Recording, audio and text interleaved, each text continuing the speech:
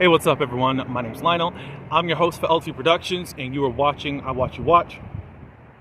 We are covering Power Book 3, Raising Kanan.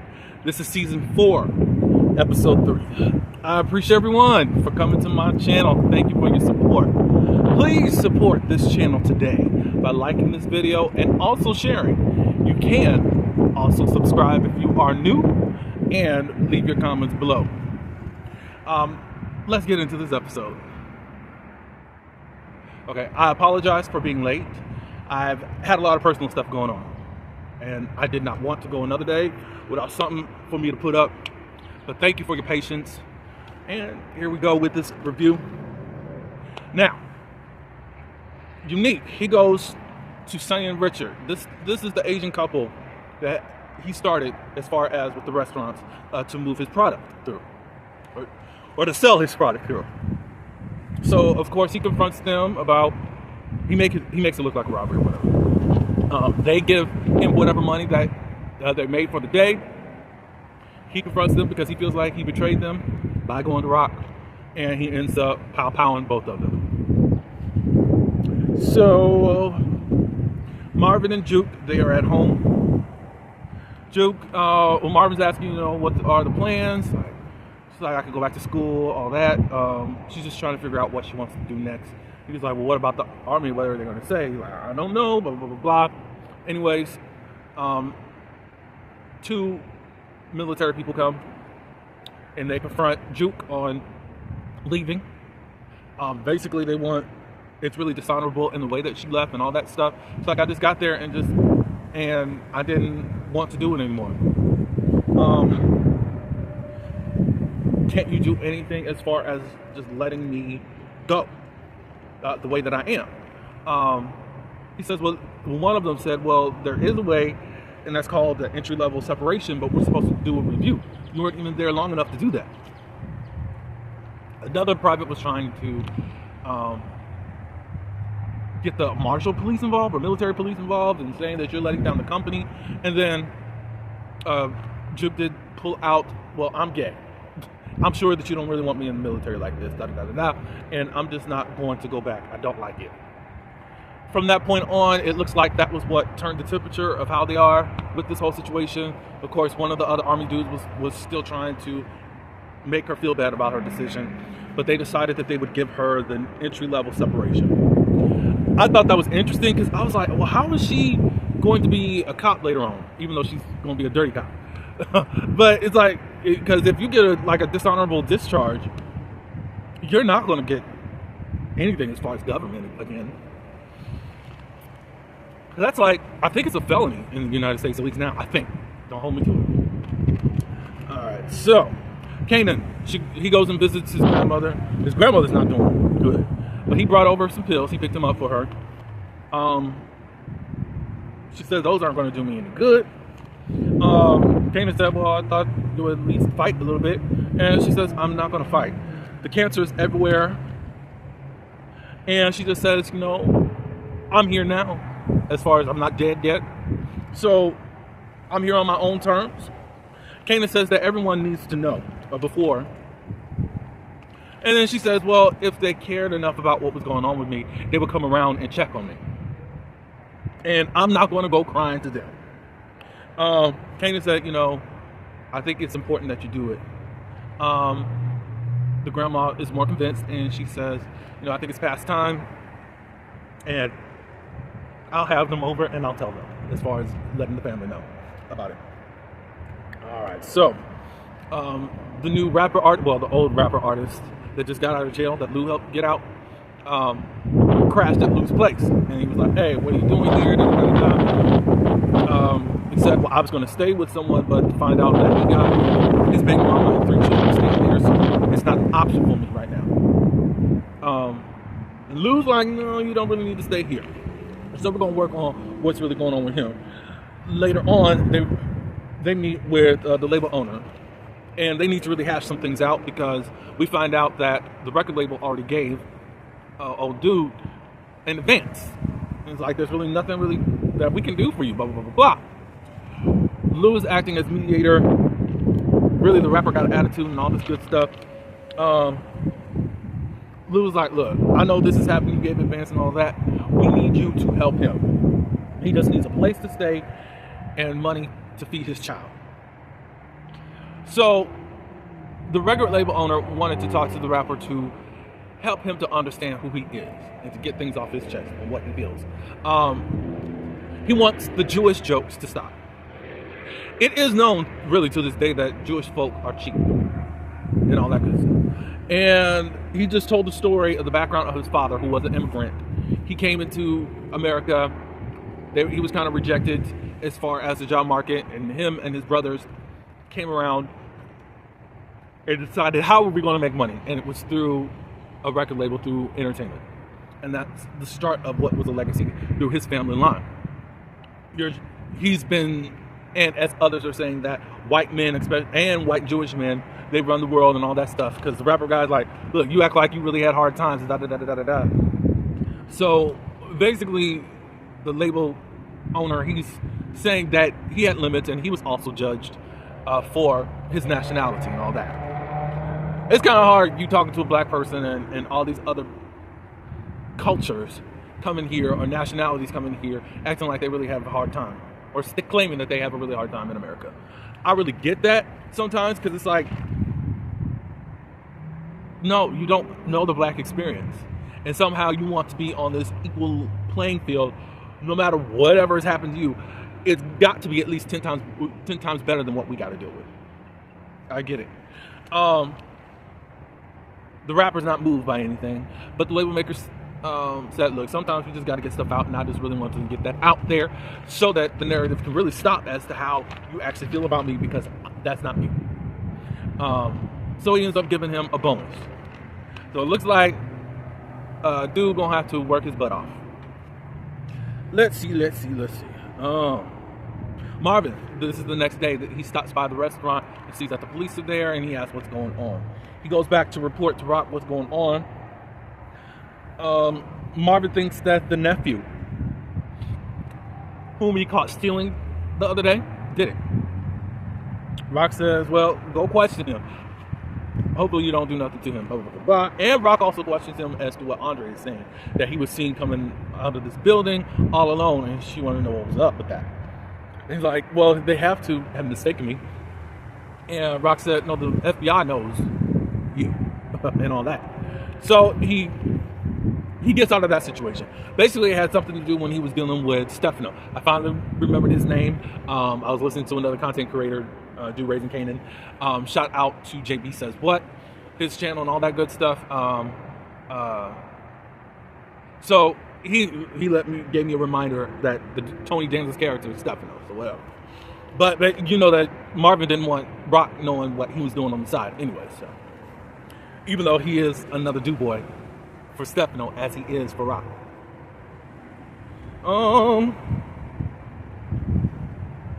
Rock goes to Irwin. Irwin, who is, I think, the cousin of the Chinese Chinese restaurant then that got unalived. He wants out and all that. And Rock was trying to say, hey, for one, what we're doing there's no implication that this is what is the reason as to why they got pop out. You know, you're still in a bad neighborhood, da da da da. And Rock gave this analogy. She said, are you married? And he said, yes. Well, guess what? Me and you, we are married. And for better or for worse, those are the vows that we took to be in business together, and you're not going anywhere. So there's no such thing as divorce. So Rock put her foot down. She was not about to. I love Rock so much. I love her. I love the way that she moves in this whole situation.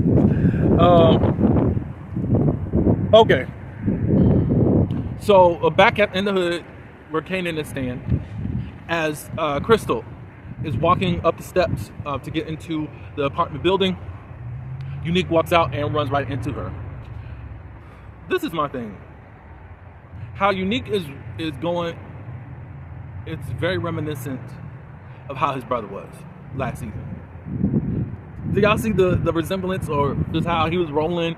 You know, Unique is a little bit more vocal than Ronnie, but it's just like, what's going on here? Y'all, I need some a differentiality between you guys in regards to what's going on.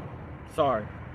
So later on, the girlfriend ends up telling Kanan, as he's counting his money, hey, this place is pretty creepy, and you got delivery boys coming in and out and all that, and you should never, her father told her this, you should never live where you work. She does tell him about Unique, but doesn't know that that's Unique, but just how this person was scary. His face is all scarred up and stuff, and he's doing all this stuff. So Kanan said, well, I don't want to go anywhere. You can go back to your mom. And she said, I'm gonna go back to my mom where her ninja can put his creepy hands on me. No, thank you. And Kanan said, well, I can go over there and have a talk with him in regards to that. Da, da, da, da, da. Crystal says, no, let's get a new apartment. We're gonna find out a little bit more of this apartment situation in just a minute. So Rock calls Andre, her lawyer, and she needs some answers to some questions that she does have, and asks for him to call her back. Rock is at home at this point, and she opens the mail to Kanan's school, and it's a letter of notification that Kanan has had excessive absences at his school, and of course that pisses her off.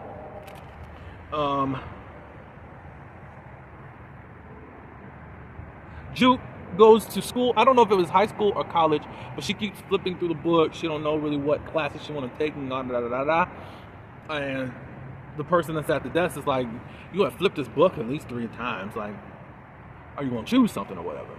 She runs into one of her old mates back in the day. It might have been one. I kept thinking, is that one of the ones that she was with when she was stealing those clothes from malls and all that stuff? But I didn't get a clear picture in regards to that. Later on, her and Kanan, they meet. And she kind of just made a declaration to Kanan saying that, hey, I like girls, and I'm going to be out and proud about it. And Kanan celebrated and said, dude, that's how it is. Be who you are. And that's what I'm MFing talking about. Do that, Juke. And I'm happy for her, too. So go ahead, Juke, and make us all proud and be who you are. They also talk about Famous. The only thing that Kanan knows is that nobody knows where he is, but the word is out there that he possibly has snitched on me and all that. And Juke was like, I don't think that's possible. He wouldn't do that to you, blah, blah, blah, blah. So they leave that there and all that good stuff. All I know is if Famous had stayed, he would have been a goner. It don't even matter if he confessed or not, This life isn't for him, and Kanan needed to go on about his business to do something else. So Marvin goes and talks to the nephew of the couple that got popped out. He said he manhandles him and all that good stuff, and he says he didn't do it. And then he said, what about the daughter? Da da da da. What daughter? They got a daughter. Da da da da. So then he backs up off of him and all that. He just kind of explained it wouldn't make sense if I did that, So Rock comes by Kanan's place and speaks with Crystal. And of course she asks, is he there? And Crystal says no. And he says, well, let him know that I'm looking for him. And she said, are you asking me or telling me? Then Rock says, you're Crystal, aren't you? Yes. So they finally got like a formal meeting and all that. So she ended up saying, let Kanan know that I'm looking for him. Blah, blah, blah. Marvin goes and visits Unique's sidekick, the one that's been by his side after Nick came back from the dead. He's asking, did you hear anything in regards to what happened at the restaurant? The dude said no, and he said, let me know if you hear anything. Then he asks him, do you know anyone that's in the DCFS? I'm trying to find a little girl, da da da da. And we're going to get to that in just a second.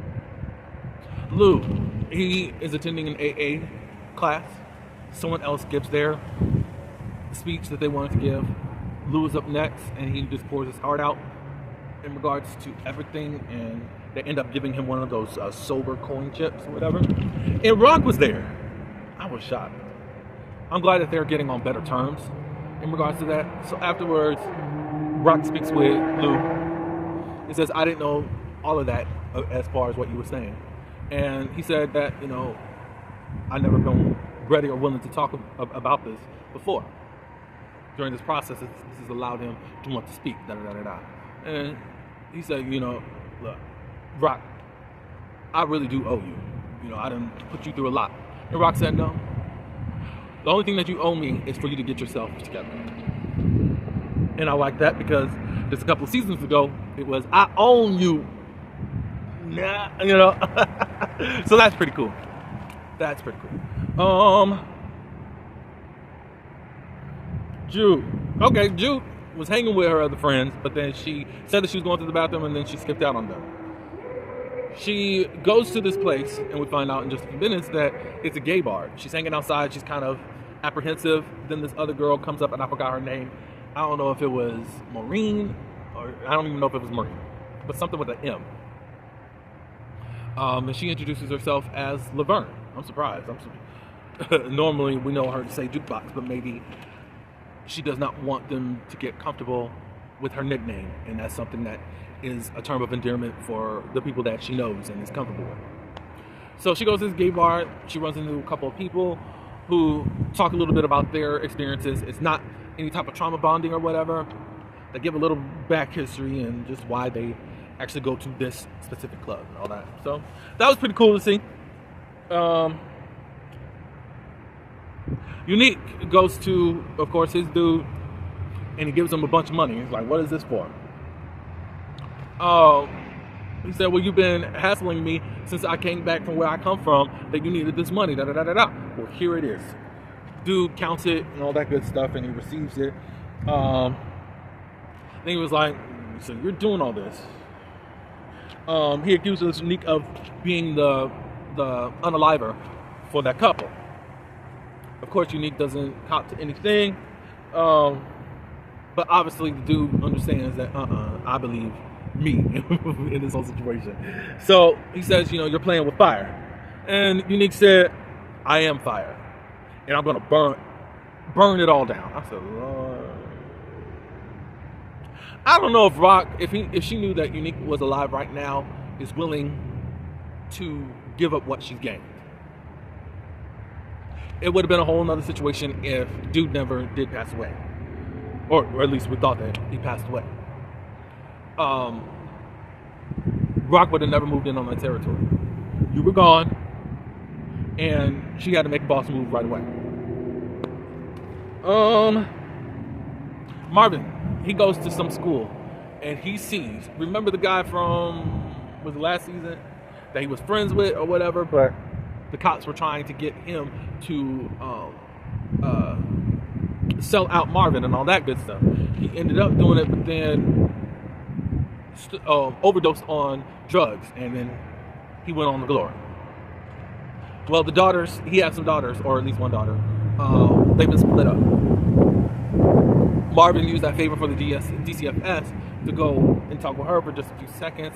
I don't know if anything else is going to happen later on as far as this, but hey, it was good to get some nostalgia. But he just talked to him and asked him, how you doing? How's it being with your adopted parents? She said, cool, All right, so Rock gets a visit from, I think, another cousin or whatever. This dude is upset that anything did happen to his cousin and all that good stuff. But I think that he came in on the strength of Rock being this weak woman and allowed all this stuff to happen. Rock was like, when he confronted her, we are looking for the ones who did this. And the dude says, that's just not enough. Because right now we look weak. Weak is killing someone. Rather, it's killing someone. I forgot what I said, unfortunately. So he says, whatever we're going to have happen, it's got to be a lesson learned. Oh, what he said, weak is, what he meant by that is weak. Oh, when he said that we look weak not doing anything, Rock said, we look weak if we just offing someone randomly. That's what she said. I forgot about that. Like, no, we're handling this the best way we can. So then the dude said, if you can't do it, I will. And you're replaceable, Rock. Don't you forget that. And Rock basically was paying him dust in regards to that situation. Don't try to call me replaceable. So, Kanan and Crystal, they do go apartment hunting. Kanan doesn't like the first one. They like the second one, but the realtor that comes by, or whatever they are, project manager or a property manager, looked at him and judged him. And she was doing it was not she. Kanan kind of snaps a little bit and says, "No, we don't need this. You're now saying that this apartment fell through, meaning someone else got the apartment." And he said, "Is it because we're young or are we black? I mean, that's two knocks against you." He's still in high school trying to get an apartment. This is crazy. Anyways, the third apartment they looked, and the dude wanted them to fill out an application. And he was like, "Well, can we just overlook all of that, and I'll pay you another deposit and all that good stuff." At first, before he offered the double of a deposit that's non-refundable, what was it? He asked for doing an application, basically a credit application and all that. So we got all cold hard cash. Let us through. So the property manager or whomever he is let them through, and not to play these games. So I said, I guess they won this time. Let me see.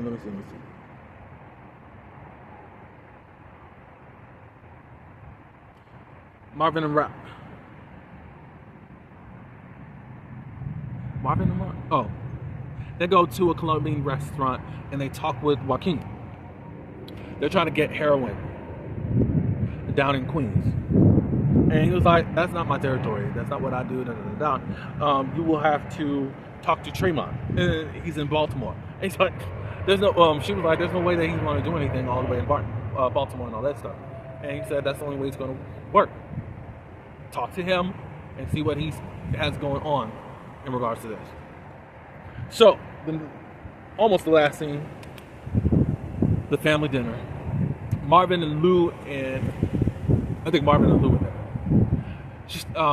Grandma ends up just talking to Marvin at the time. Marvin goes to the kitchen and stirs the pots and ends up telling Mama, like, "Look,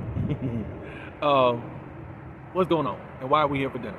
He was telling her about the cooking that he actually did love and all that. And she said, "You will know really soon." So Rock is outside and she's smoking a cigarette, waiting for Kanan to get there, I think. Kanan gets there and then she confronts him in regards to him being absent and all that. They get into it, all that good stuff.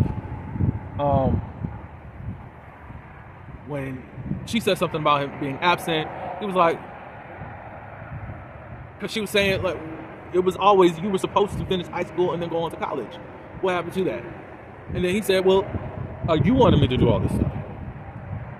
And then he's like, "I don't really understand after the stuff that you made me do, da-da-da-da-da. It seems like you are crazy." And Brock said, "I do feel somewhat just crazy anyways, myself, in regards to stuff that's going on now." So he walks away from her mad and all that good stuff.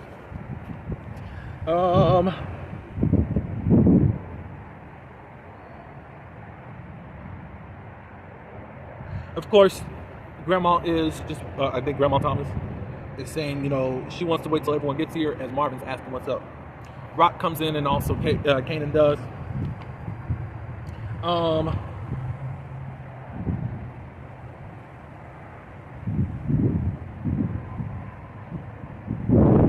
Mama speaks with Lou in regards to what's going on in his life. Mama talks to Laverne, and she wants to know what's going on in Laverne's life. And she was like, "Look, I'm trying right now. I don't really know where I'm going right at this moment." And then Mom said, "You got to do more than trying. You got to actually do," which is good. That is good advice. Then Marvin jumps in and says, "Hey, she's doing all that she's supposed to do at this point. And that's that on that." She just got back, so leave her alone.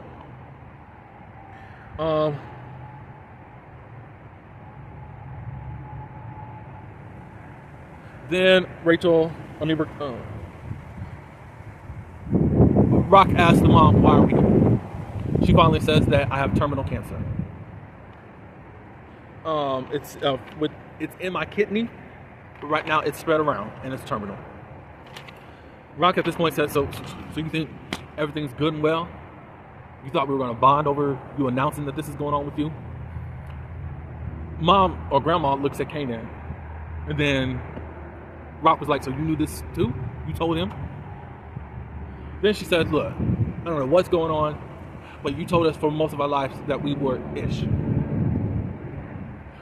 So she ends up leaving.